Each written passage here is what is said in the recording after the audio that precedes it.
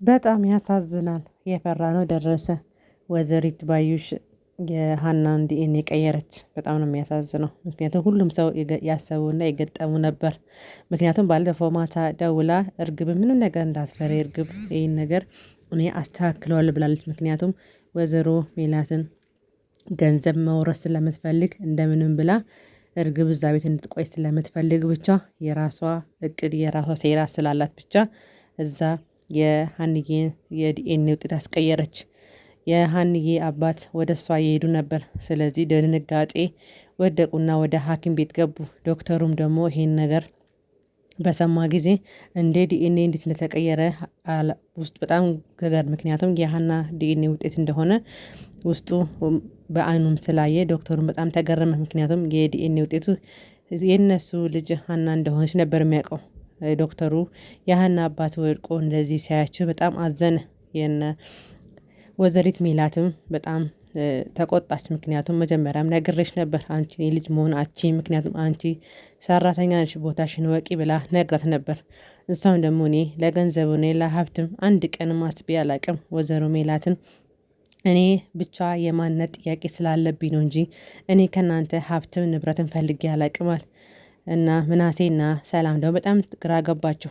አንድ ቀንም እዚህ ቤት እየኖረች ስንት አመት ከኛ ጋር ስትኖር አንድ ቀንም ዋሽታ አታውቅም ብላ በጣም እነሱ ግራ ገባቸው። ሰላምና ምናሴ የአእምሮ ጥያቄውንም ሰላም አሁንም ውስጧ አላረፈም። ምክንያቱም የሆነ ነገር ሁሌም ባዩሽ ስለምትከታተላት የእሷን ሴራ ስለምታውቅ አሁንም ይሄ ነገር ውሸት ሊሆን ይችላል ብላ ውስጧ ጥርጣሬ ገብቷል።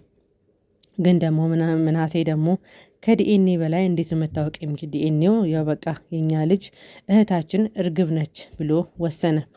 ሰላም ግን ልታምነው ልትቀበል አልቻለችም። ወይዘሮ ሜላትም ውስጧ መጀመሪያም ስላላመነ ውስጧ በቃ ለሀና ያላትን ጥላቻ አሳየች። በጣም ተቆጣች። በጣም ግምጥምጥ አረገቻት። ቦታሽን ወቂ፣ ካሁን በኋላ ይሄን ወር ከጨረሽ በኋላ እዚህ ቤት አላይሽም። ምክንያቱም ለአባትሽና ለአባትሽ ሕክምና ስላለ ብቻ ነው እዚህ ቤት ማስቀምጥሽ።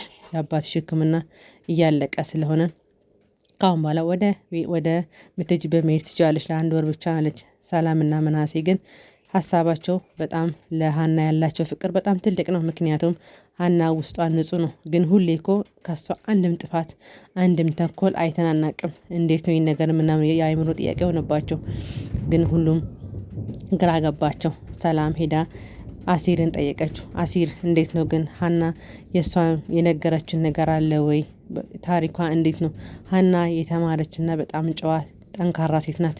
የእሷ መልካምና የእሷን ጠንካርነኝ ነገር ማውቀው ነገር ግን ሰላምዬ ለምን ጠየቅሽኝ አላት አሲር።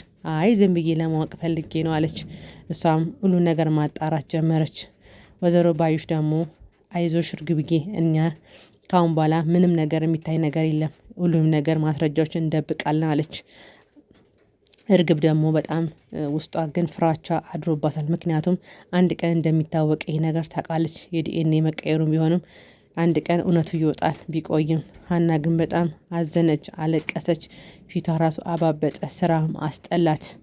አባቷም በቃ በሷ ወይኔ ልጄን ይቅርታ ለመጠየቅ ነበር ልጄ ሳላገኛት ወደኩ ብሎ በጣም አዘኑ።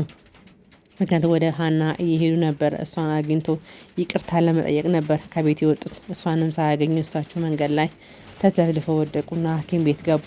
ከዛ ውጤቱም በዛው ሲሰሙ የዶክተሩን የእሳቸው ውጤት ሳይ በጣም አዘነ። ከዛ ምናሴ ግን ሰላምዬ ይሄ ነገር እኔ እኮ የአእምሮ ጥያቄ ሆኖብኛል፣ እንዴት ይሻላል? ምክንያቱም ብተውም ልተው አልችልም። ምክንያቱም ሀና ጨዋ ልጅ ነች። እንዴት አድርገን ነው ምናሳምን? እርግብ ደግሞ ለሀና ዛቻዋን ቀጠለች። ገና ልክሽን አሳይሻለሁ፣ ከዚህ ቤት መውጣትን ያለብሽ አንቺ ገና ያንቺ ይሄ ቦታ አይመጥርሽም አለቻት። እኔ ነግሬሽ ነበር እኮ አላመንሽኝም እንጂ አለቻት። ሀና ደግሞ እኔ የምፈልገው ገንዘብ ሳይሆን ቤተሰብ ብቻ ነው፣ ስለዚህ ከኔ ላይ እረፊ አለቻት። እርግብ ከሀና ጋር ስትጨቃጨቅ ቆይታ ወደ አክስቷ ደወለችላት። ወይዘሮ ባዩሽ ደውላ እርግብዬ እንዴት ነሽ አለቻት። ደህና ነኝ። ኧረ አክስቴ እንዴት አድርገሽ ነው የቀየርሽው ይሄን ነገር? እኔ እኮ ልቤን ልተፋው ነበር አክስቴ። ምን አድርገሽ ነው? አራት ፍሬ ልጄ ነግሬሽ ነበር እኮ በፊትም እኮ ነግሬሽ ነበር። እኔ ላይ ተይ ብዬሽ ነበር። እኔ ግን በጣም ጨንቆኝ ነበር። በቃ ታወቀብን ብዬ ብላ በጣም ተጨነቀች። ከዛ በቃ እና አክስቷ አይዞሽ ምንም አትጨንቅ ገና የተሻለ ነገርና እኔ ወይዘሮ ሜላትን በደንብ አውቃታለሁ ብላ ያው የዲኤንኤ ውጤቱ እንዴት ቀየርሽ ያው ሐኪም ቤቱን ስለምታውቅ እሷ የምታደርገው ነገር ስለምታቀድማ ሁሉን ነገር አስተካክዬ ነው እናንተ ሳትሄዱ እኔ አስተካክዬ ነው ብላ ሁሉንም ነገሮችን ያበለሻሸችው ወይዘሮ ሜላት ናት። የሀና አባት ደግሞ አረ ልጄን አምጡልኝ ልጄን ላይ ትፈልጋለሁ እሷን ይቅርታ ሳልጠይቅ የሆነ ነገር እንዳልሆን እያሉ በጣም ተጨነቁ። የሀና አባት ሀናም አሁንም አልሄደች። ከዛ ወይዘሮ ሜላት ደግሞ ሀና ጋር ሄዳ ሀናን አሁንም ከፍ ዝቅ አርጋ ተናገረቻት። ካሁን በኋላ እዚህ ቤትም ያው እንደ ሰራተኛ እንጂ ከልጆቹ ጋር ምንም አይነት ግንኙነት አልፈልግም አለች። ከዛ እርግብ ደግሞ ሄደችና እናቴ ምናምን ብላ ታወራት። ኧረ ልጄ እኔ አልተጠራጠርኩሽም እኔ መጀመሪያም እኮ አምኜሻለሁ ልጄ እንደሆንሽ ይቅርታ አድርግ ስለጠራጠርኩሽ ይቅርታ አድርጊልኛል። ወይዘሮ ባዩሽ ደግሞ እዛ ነበረች። እሷ ደግሞ እስካሁንም እንዴት መቆየት አልነበረባቸውም እኮ ወዲያውኑ መደረግ ነበረበት። ሀና እንደውም መናገር ነበረባት። ለምን እስካሁን ቆየች? እንደዚህ አይነት ሀሳብ እንደዚህ አይነት ነገር ካለ ለምን እስካሁን ቆየች? ተናግራ እኮ በፊትም ነገሮቹ በጊዜ ያልቁ ነበር፣ እሷም ልቧ ያርፍ ነበር ብላ ወይዘሮ ባዩሽ ውሸቷን ጨምራ የልብ ልቧ እንዲሰማት ለእርግብ አረገች። ወይዘሮ ሜላትን አሳመነች። ያንቺ ልጅ ትክክለኛ ልጅ ጓደኛዬ እቺ ነች እኮ ለማንም ሰው አይደለም ብላ አሳመነቻት። ወይዘሮ ሜላት ደግሞ ጓደኛዬ ናት ብላ አመነቻት። በፊትም ያው እሷ ወይዘሮ ባዩሽ የሜላትን ሀብት ለመስረቅ ስለሆነ ነገሮች የምታበላሸው ሁሌ እሷ ነች። እሷም ደግሞ በቃ እኔ ይህን ነገር ፈልጌ አይደለም አለች። ሀና እኔ ሀብት ፈልጌ አይደለም ብላ እኔ ፈልገው ቤተሰብ ነው ብላ አሁንም ደግማ ተናገረች። እሷም በቃሽ በቃሽ በቃሽ ካሁን በኋላ ምንም ነገር አልሰማሽም። እስካሁን እኔ ፊት ሰጠውሽ ፊት ሰጥቼሽ ነው ይህን ነገር ሁሉ ያበላሸውታለች። እርግብ ደግሞ እማዬ ካሁን በኋላ እንደውም ሰራተኛም አያስፈልግም እኔ ራሴ እሰራለሁ እዚህ ቤት ሰውም አያስፈልግም እኔ እኮ ልጅሽ እሰራለሁ ሁሉም ነገር ምታስ ይችላል አለች። እናቷ ደግሞ አይ አይሆንም እርግብማ አንቺ እንደማንኛውም ልጆቼ እንድትማሪ እንድትሰሪ እንጂ ቤት ውስጥ እንድትሰሪ አልፈልግም። አንቺ እኮ ልክ እንደነ ሰላምና እንደ ምናሴ ነሽ ልጄ ቤት ውስጥ ሰራተኛ እንድትሆኝ አልፈልግም። ባይሆን ሌላ ሰው እንፈልጋለን አለች። ከዛ በቃ እርግብ የልብ ልብ ተሰማት፣ በጣም ደስ አላት። ሀናን ግን በጣም ከፋት። ምን በቃ ውስጧ በጣም ከፍቷት እያለቀሰች ወጣች።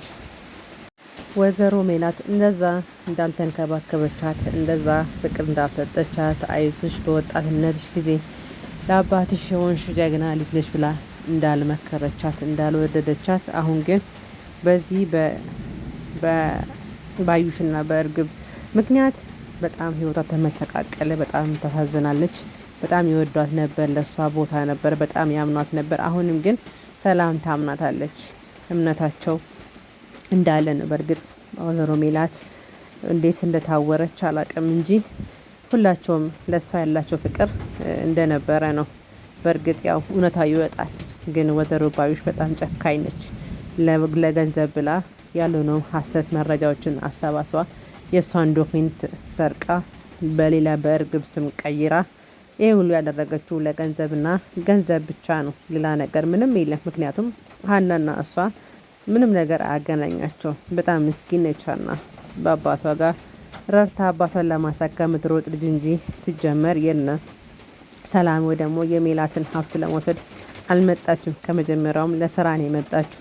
ነገር ግን ወይዘሮ ባዩሽ ነገሮችን እውነት መሆኑን ስታቀይራ እሷን ህይወት በጠበጠች። ምክንያቱም የምፈልገው ገንዘብ ስለሆነ የጓደኛዋን ሀብት ለመውረስ ስለሆነ ብቻ ነው። እና ውድ ቤተሰቦቼ ቪዲዮን ሼር ላይክ በማድረግ ሰብስክራይብ አድርጉ። ወይም ቪዲዮ ካሰመቻችሁ በቀጣይ በአጓጊ ቪዲዮ እስከምንገናኝ ድረስ ክፍል 44 ድረስ እስከምንገናኝ ድረስ በያላችሁበት የእግዚአብሔር ሰላም ይብዛላችሁ። ሁላችሁንም በድጋሚ ያው ላይክ ማድረጋችሁን ሼር አድርጉ፣ አትለፉኝ ማለት ነው። አበረታቱኝ። ሁላችሁ ሼር ለምታረጉ ደግሞ ሰብስክራይብ ለምታረጉኝ የመዳም ቀሞች ሁላችሁንም ወዳችኋለሁ፣ አከብራችኋለሁ። ሁሌም ከጎኔ የሆኑ ብዬ መልእክቴን አስተላልፋለሁ። እዚህ ጋር ከጠፋ እዚህ ጋር ጠፍቷል፣ እዚህ ጋር አስተካኪ ብላችሁ እህቶቼ ወንድሞቼ እንድትነግሩኝ እፈልጋለሁ። ምክንያቱም ያው እኔ ያለሁትም ታውቃላችሁ አብዛኞቹና ላይክ ማድረጋችሁን አትርሱ። ይሄን አዳዲስ ደግሞ በከታታይ ድራማዎችን በምንችለው ቀን ጨብጨብ አድርገን ለእናንተ ለማድረስ እንሞክራለን። ያለውን ነገር እናሳውቃለን። ቸር ሰንብቱልኝ። እናመሰግናለን።